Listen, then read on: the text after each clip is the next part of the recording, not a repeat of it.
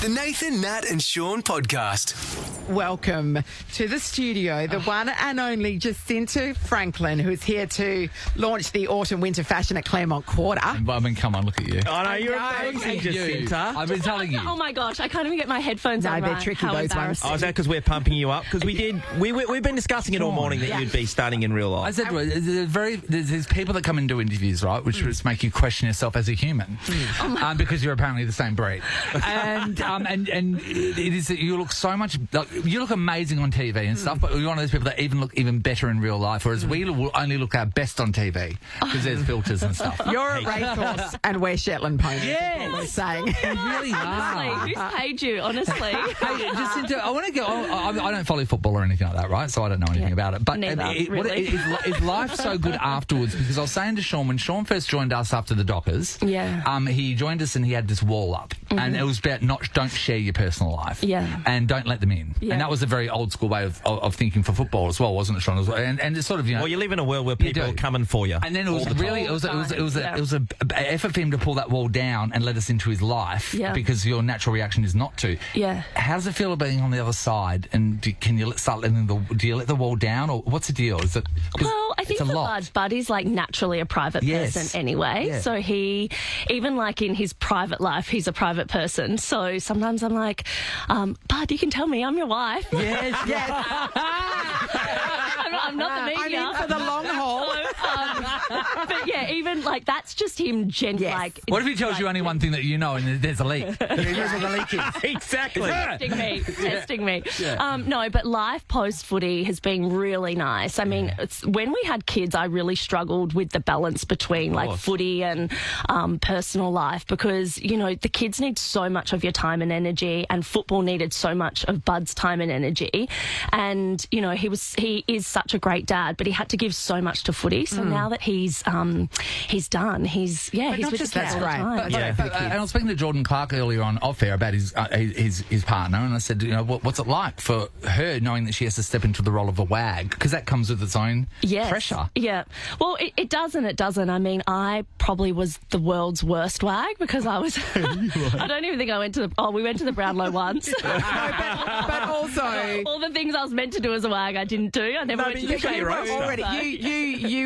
you're above wags. Yeah. Like, you know, you're Miss Australia. Come on. And so for the other wags, it's probably a relief you weren't there, to be honest. Do you know what I mean? I honestly was just the worst wag. I just wasn't like, I loved watching Bud, but I wasn't really into footy, if that makes sense. No, I know totally exactly what you mean. Well, you're originally from the Gold Coast, so that's not in your from the hood. Goldie. I didn't grow up with it, and I remember even in Sydney a few times, like we'd run into I remember we ran into this guy on the street with his dog, and, you know, we were having a chat, and we walked away, and I said to Bud, "Oh, how do you know him?" He goes, "Babe, I don't. I play with him." No. Oh, you do? Oh, okay, right. He was a teammate, and I was like, he's like, "Do you pay any attention?" I was like, "Oh, Jacinta, we were at the what grand final was it, Shaun? The Eagles 2018. Good one. Where were the Eagles grand final? No, it's 2015. 2015, we're at the grand final, right? So everyone's watching, everyone's so, oh my God, we're at the grand final. I could care less. And I'm sitting in a coveted chair where anyone would give their right arm to be at, playing Angry Birds. Not even looking up at the game. I love the champagne at the games. It was very tasty. Jacinta, I just want to ask you this question because I thought about it a lot, but and I won't ask another Bud question. But when he kicked his 1,000th goal, I remember seeing that and thinking, what a moment for your family. Yeah. And I was really, a lot of people were kind of worried that the mass of people just went onto the ground, but it was such in a positive sense. And Bud, it was for a private celebration. person, he let it happen. Yeah. How was that for you and the emotions that went through you? Yeah, well, it felt like there was quite a build-up to it. We'd obviously had a lot of meetings, like not only with the club, but the SCG and the AFL in the lead-up to it about security and how it was going to be managed. And then I think it happened in round 3, is that right? And so we had like a couple of rounds where it didn't happen. So the anticipation was there. And so it was a big moment, but I felt so safe knowing how much planning had gone in. However, when he went to kick that 1,000th goal, we'd been in all these security briefings, and then I was looking at the security guard and they did nothing. No, everything went out the window. That was watching it going, it's amazing. Yeah, they're like clapping. He's like, he's in a headlock. So, were you annoyed that, because you say you thought it could have been a few games? Did you have to go to each one of those games and it was annoying? Yes, for you? and drag the kids along and fly all the family hurry up and kick in it? and do all the things. And I mean, there's a risk that he was going to do it at an away game as well. Yes, and I think the pressure was on for that SCG, the game at the SCG. He really wanted to do it there. But I also think because he'd done the 100 goals in a season with Hawthorn, he kind of knew what was coming as well. Sure. Because it is really intense in there. He said it gets really, really hot, so the temp goes up because of all the bodies, and the pressure of all the bodies coming from the outside is quite crushing. And they're coming fast. But we've never seen we haven't seen fast. anything like it for a long, long time. And I actually played in the game when Tony Lockett kicked a 1,000 goal. Yeah. There wasn't that many people. Yeah. No. But this was a whole stadium that erupted. Thousands. And who were there for that. Yeah. They were there for that. It was very euphoric. And like you said, it was such a positive, was beautiful to joyful watch. atmosphere. It was very euphoric. And it could have gone so bad so quickly. Murder. But it Murder. didn't. So, Could have been. No, honestly, it's amazing. Now, there's an event tomorrow night, Jesinta, There is, Okay. yes. where people can come along, and there's an in-conversation with you, and we're talking fashion, autumn, winter. It's going to be a great event. So it's called the CQ Front Row. So there's a fashion show. There's an in-conversation panel with myself, Elliot Garno, who's a stylist who I work with, and Michael Brown, who's a local Perth boy who's been doing my makeup for, I think, 12 or 14 years now. Wow. We'll be on stage sharing all of our tips and tricks, and it'd be great to get everyone to come on down. So I want to know about fashion, right? Yes. Can you personally forecast what you think is going to be big? That's how much you know about it so much now? No, I'm not that good. No, you're not that good? Not that good? But someone's got to start it. Yeah, but what you start to see is so at the moment, Western core is a massive trend. And when we saw Beyonce release Texas Hold'em, you knew that was coming in fashion because... So wear cowboy boots. Yeah, Western cowboy style boots. shirt. And the last time denim that on came around denim. would have been Madonna's Hung Up. Yes, yeah. And that's yeah. what happens with fashion as well. It all comes back around in a big circle. And we tend to follow the Northern Hemisphere, so we're one season behind. So we kind of get an idea of where we're in headed. Perth, so we're 12 behind. From what they're doing. It's all about maroon and burgundy this season. Yeah, well, everywhere. It's autumn, winter, so you think about those beautiful silhouettes, lots of tailoring, leather. You think about all those deep colours as well, like burgundy. Burgundy is always a beautiful colour, I think, for autumn, winter. Unless it played a role in your life, because that to us is the Catholic school's colour. Yeah, So that will always be John Paul College's colour. St Mary's. That was ours, Yeah. So you avoid it? Yeah. It was like, we're in the public school, they were private school. Right? It's very hot. Jacinta, what do you get?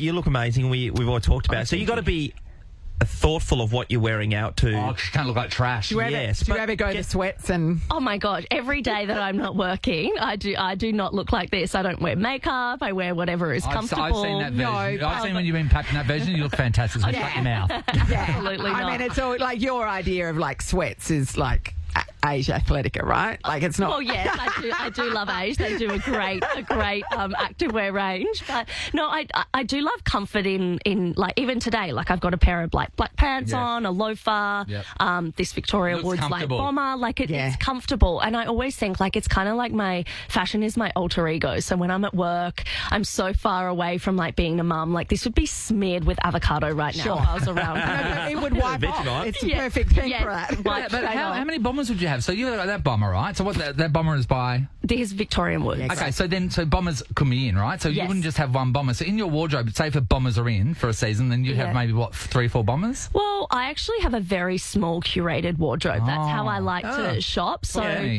things that are timeless. Can you do mine? Something, I'm not sure if I'm very good at it, but I know someone who is, Elliot Garno. He's a great stylist. He'll be there tomorrow night.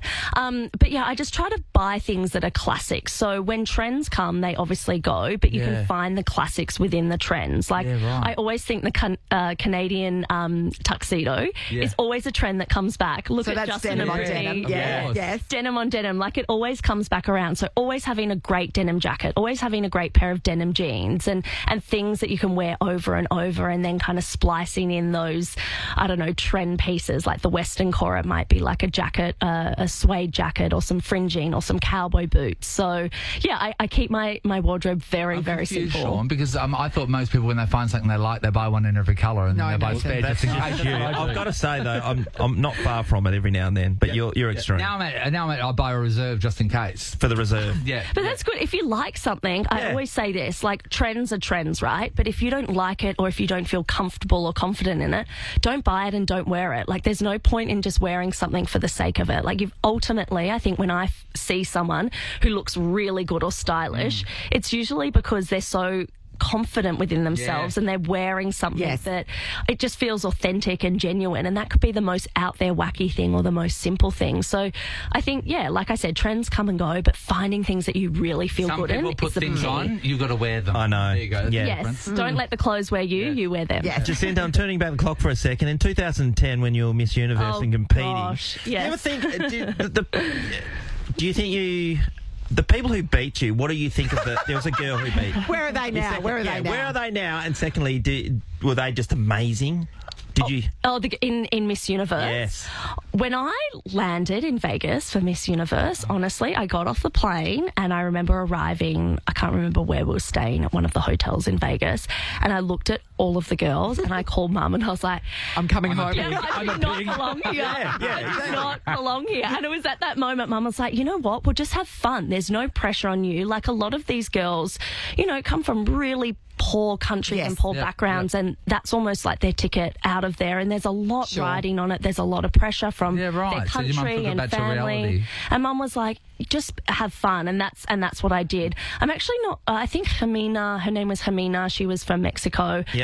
She was the winner, and then I can't remember her name. Yendi was Miss Jamaica, so they were first and second and I was third. Had Miss Congeniality been released yet? You won it. No, so I won. No, I meant the movie. Oh, the movie. The movie. Yes, I'm not that old, baby. No, I can't remember the time of Miss Congeniality. So do you guys, did you have it in mind? So well, I didn't really know that it was a thing, a part of the competition, and then when I won it, I was like, you know what, that is actually the only award that I want to win, because it was voted by all of the girls. So I was like, that's nice. I was obviously fun to be around, and but it was, I don't know what those girls are up to, but usually they go on to have amazing careers. Like, they become actresses and like superstars in their country. So it really is a platform. People give it a lot of flack, but I'm always so grateful for it, even though it's embarrassing looking back on some of those photos. I'm so grateful for that platform. And at that stage, it's not talents, is it? You don't do talent. No, gosh, imagine me. What would you have done? What would you have done? Gosh, who knows?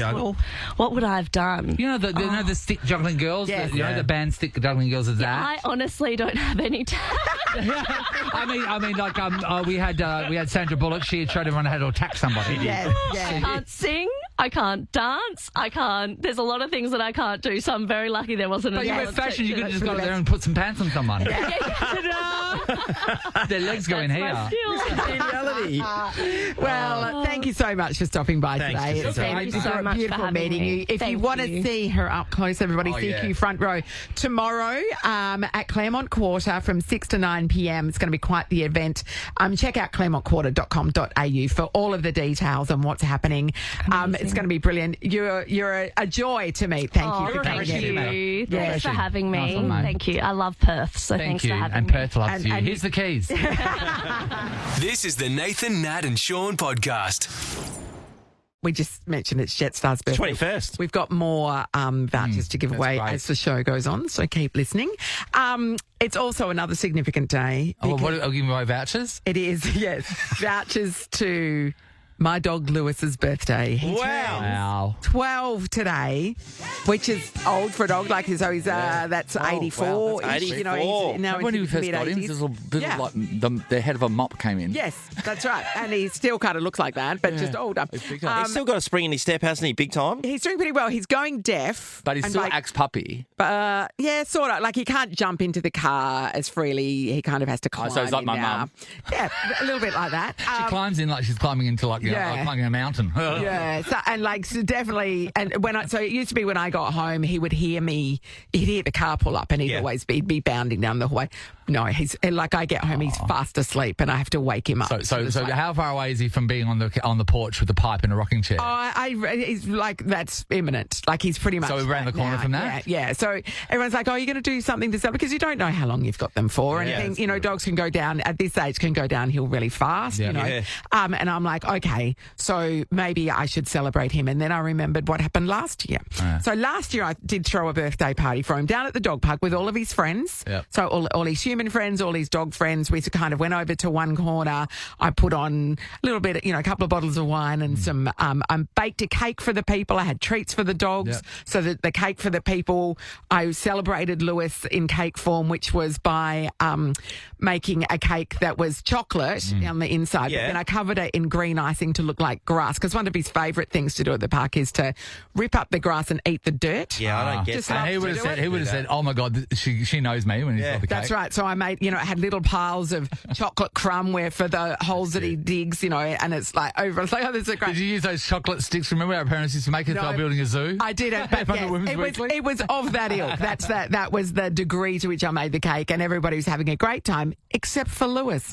Hated it. Yeah. Kept running off to the car park. Didn't want any part of it. It was too much. It was too much for him. He didn't like it. It was too much straying from his usual routine. It's like Sheldon Cooper as well, famously, he's a bit Lewis. He would they threw a surprise party for him, and it was too much. So he went and spent it in the bathroom with Penny. Yes, that was Lewis's version of that. And so I've told everybody at the dog park that as a gift to Lewis today, they're to completely ignore the fact that it's his birthday. Okay. Yeah. We have to just carry on as normal. No cake. Okay. No fuss. No, just everything. But what about if the rumours have gone out about last year's birthday in the dog world, and they're going, "Oh, what a loser."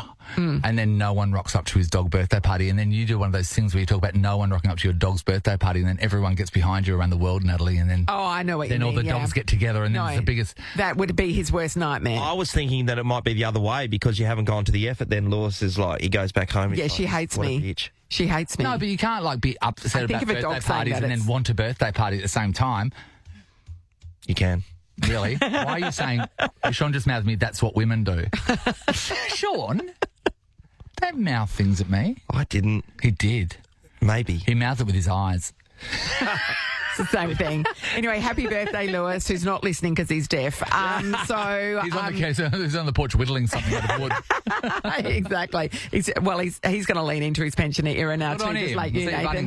It's the Nathan, Nat and Sean podcast. Imagine turning up to your social basketball game in a town called Frankston, which is over in Victoria, and it's Armadale by the Sea is what they. That's the vibe of Frankston. Oh, I played with a lot of guys who are from Frankston over the journey, and they are so proud where they're from. Yeah, because it's the Bronx. It's the Bronx. Yeah, and they're so proud when they're glassing you. Yes, that's right. So you turn up to your social basketball game, Division 3 on a Monday night at 9 p.m. You've got your flick knife. Is the team you're up against? Yep. The Vales. The Vales. You're a player in Benny's Boys. Benny's Boys. And you look over and you go, hey, that guy's pretty tall, looks pretty athletic. Is that Josh Giddey from the Chicago Bulls? And then straight away you go, no. We're in Frankston. Can't be no. We're in Frankston. I just stole that guy's car. This is happening here. We're in Frankston on like a Monday night. What is happening? I'm just saying things about Frankston. I don't know too much about it. No, you know what? My bang on, great. You're not wrong. Josh Giddey actually did play in the social basketball game. I think he hit at 41. I think he walked away with 41 points. Walked away, Sean, because someone stole his car. They lost. Imagine getting Josh Giddey onto your team and losing. Benny's Boys got the victory. They scored over 100 points. They will talk about that. Yeah, 110. They'll talk about that forever. There's no defence played. One of the guys was interviewed on there, Sean, and he was saying how he wasn't going to rock up to basketball tonight. No. And he goes, and now this is a story that he'll tell his grandchildren. Yes. Imagine that, though, because that happens. You're that person who doesn't turn up, and then the moment... Yes. You can never do that again. There was a time that happened with us. So there was all these... Back in the day with radio, you used to get things, cool things. And there was an event here that Natalie and I didn't go to, but our producer did. And this was right at the back of when Apple was first thing. So was everything. And remember, Amy, Nat, they got eye touches. Like, you know, what you call an eye touch. Yeah, so they all got them. And and Amy came back and she was showing all of us. And we're like, everyone got one? She goes, yeah. And we're like, we didn't go. And we were so dark going to an event that they're handing out Apple products. On this night, though, you got a shout out to the ref. So the ref he has to umpire Josh Giddey, called him for a carry. He called Josh Giddey for a carry, an NBA player. I know, Nat, but you would be telling everyone. You would be telling everyone. Yeah. Not on my court, mate. Not absolutely. on my court. Travel, mate. That's Travel all day. Hey, it's not the NBA anymore, brother. It's international rules. So funny. Benny Boy's got the victory. They'll be able to tell people from here and we beat Josh forever. Giddey. What was he doing there? He's on a break. They finished their season. Oh, his mate plays. His mate's playing. That's it. Just it. And he said to his mate, "Can I come down and have a shoot around? I'd love to play with you guys." And they went, "So, all right." Are you allowed to do that as a player in that realm? Well, so that's an interesting thing, Nate, because the first thing I thought, wow, he could get himself injured and then the club's going to go off their head. No, but the NBA players, as soon as they're finished, they're playing in scrimmages all over the place. Yeah, right. And I was listening to, I can't remember who it was now, one of the old-time players has been around for a long time. Might have been Kevin Durant. He said the best thing you can do is go to all pickup games around town because you're going to play against some monsters who are out there just playing street ball. Because, if this went badly, I could just imagine coaches in the US going, oh, my God, Josh Giddey's been injured in basketball. What happened? Someone stole his kidney.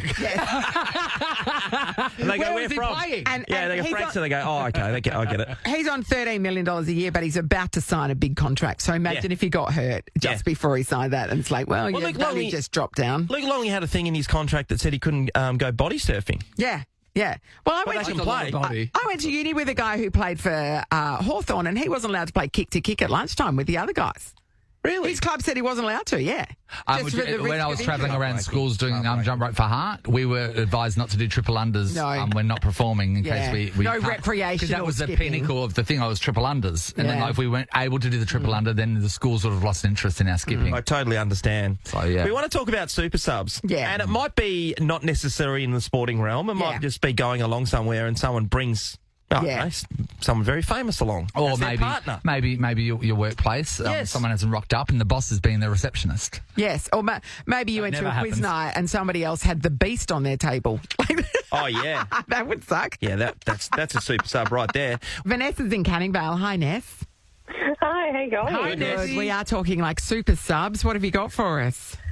Oh, well, back in the day, good old Dinella Heights, in Year 6, inter-school hockey carnival. We got one of the girls' uncles to help us coach, Uncle Richard. Yeah. And then when we got to the actual inter-school carnival, we smashed them. Like, no one even got past the halfway point. Wow. To the point where I'm a half back and they stuck me on the wing. Whoa. So, yeah, Uncle Richard. Yeah. And then people were protesting and carrying on. And it wasn't until I got home that I was telling my dad about it, and he said, what's Richard's last name? I said, Richard Charlesworth. And he went, what, the Olympic coach? Yes. You was a Olympic coach at an Olympic coach. He's an unbelievable coach. So they were protesting saying that was unfair. He's got all these systems going on. You know what? Yes, it is unfair, but you can't say anything about it. No. Well, Sean, from your experience coaching Year 66, it's not easy, is it? It's not easy. And the higher level you are, the harder it would be. Hey, Vanessa, do you remember back, did he swear a lot?